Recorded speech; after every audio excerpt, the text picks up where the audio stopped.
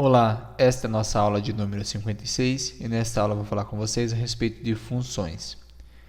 Funções. Quando usar, representação, desvio de fluxo e aproveitamento de código.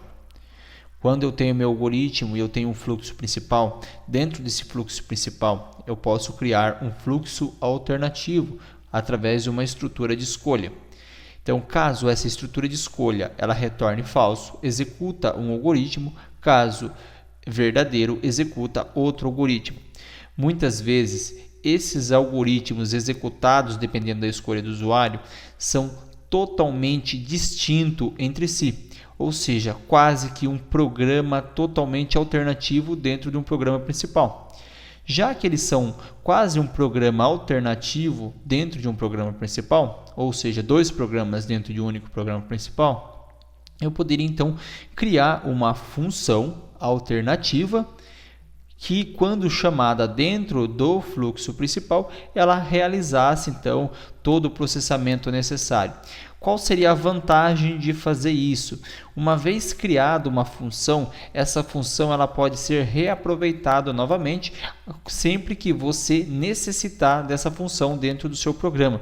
Então, por exemplo, se você criar uma função para validar CPF dentro de um programa que você estiver desenvolvendo, em todo lugar onde você precisar fazer essa validação de CPF, em vez de você ter que novamente criar toda a programação, o que muita gente faz é dar um Ctrl+C, Ctrl+V em tudo e colar, você é só chamar validador de CPF e passa para ele o CPF que você deseja validar, automaticamente ele faz a validação. No exemplo que nós demos no exercício anterior, que tinha a possibilidade do usuário escolher se ele queria realizar o cálculo pelo ângulo ou pelo lado do triângulo, então nós vamos criar uma função aqui que vai ser a responsável por fazer todo o cálculo pelo lado do triângulo e depois outra função que ela vai ser responsável por fazer o cálculo pelo ângulo.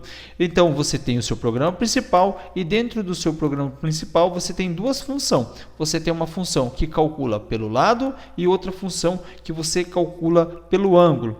Então agora, desta forma, em vez de você criar toda a programação dentro do fluxo principal, você cria essa programação dentro dessa função, que seria a função ângulo ou a função lado, e quando necessário agora, você apenas chama essa função para dentro do seu fluxo principal.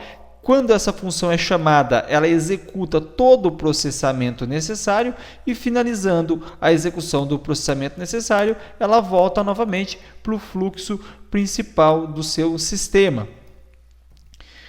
Uma função ela tem as seguintes características. Ela possui o nome da função, aqui eu dei um exemplo, picador de papel.